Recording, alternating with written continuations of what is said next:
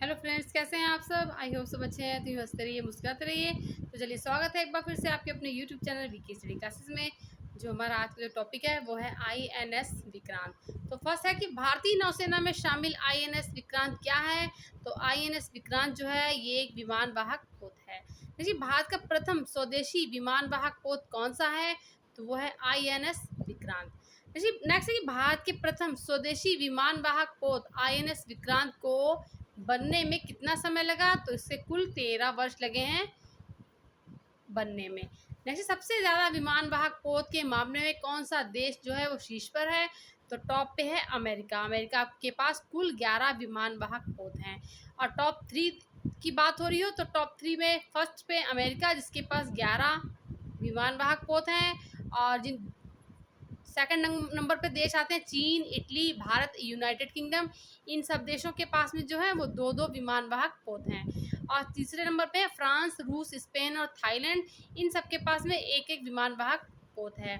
जैसे आईएनएस विक्रांत एक बार में समुद्र में कितने मील का सफ़र कर सकने में सक्षम है, तो यह 7500 मील का सफ़र जो है एक बार में कर सकता है। जैसे आईएनएस विक्रांत का कुल वजन कितना है, तो कुल वजन है 40,000 टन।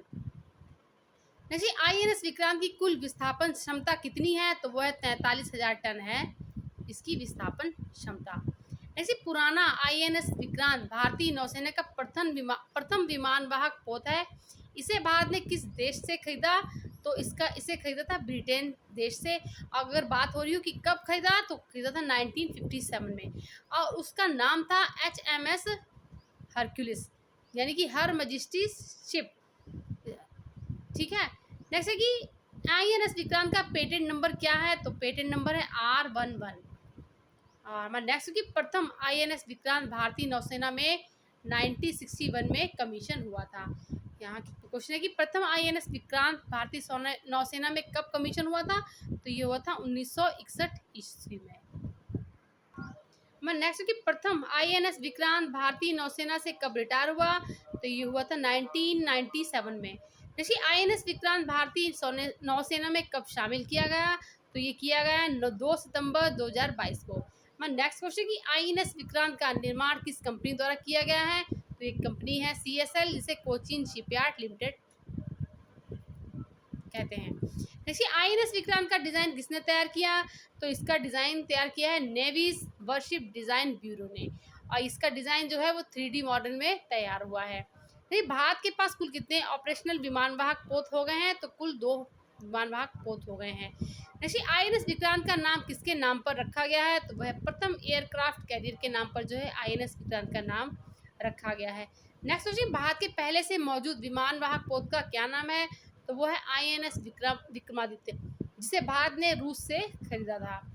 नेक्स्ट, आईएनएस विक्रांत को बनाने में कुल कितना खर्चा आया, तो कुल 20,000 करोड़ का खर्चा आया है। नेक्स्ट, आईएनएस विक्रांत का आकार कितना है, तो आईएनएस विक्रांत का आकार जो है वो 262 मीटर जो है ये लंबा है और 62 मीटर चौड़ा है। और इसकी ऊंचाई जो है 59 मीटर है, यानी कि 59 मीटर है। और ये लगभग 18 मंजिल इमारत के बराबर है।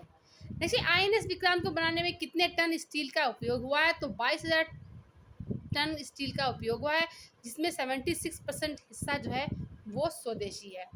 और नेक्स्ट क्वेश्चन है कि आईएनएस विक्रांत की टॉप स्पीड कितनी है, तो 28 नॉट्स जो है इसकी टॉप स्पीड है, यानी कि 51 किलोमीटर प्रति घंटा। और नेक्स्ट क्वेश्चन है कि आईएनएस विक्रांत का मोटो क्या है, तो इसका मोटो है कि I defeat those who fight against मी।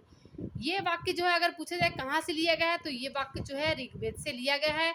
और इस वाक्य का संस्कृत में अनुवाद क्या है, तो इस वाक्य का संस्कृत में अनुवाद है कि जयम सम युधिस्पृत। तो ये थे हमारे आज के टॉप क्वेश्चन। वीडियो देखने के लिए बहुत बहुत शुक्रिया। मिलते हैं नए वीडियो में नए टॉपिक के साथ, तब तक के लिए गुड बाय।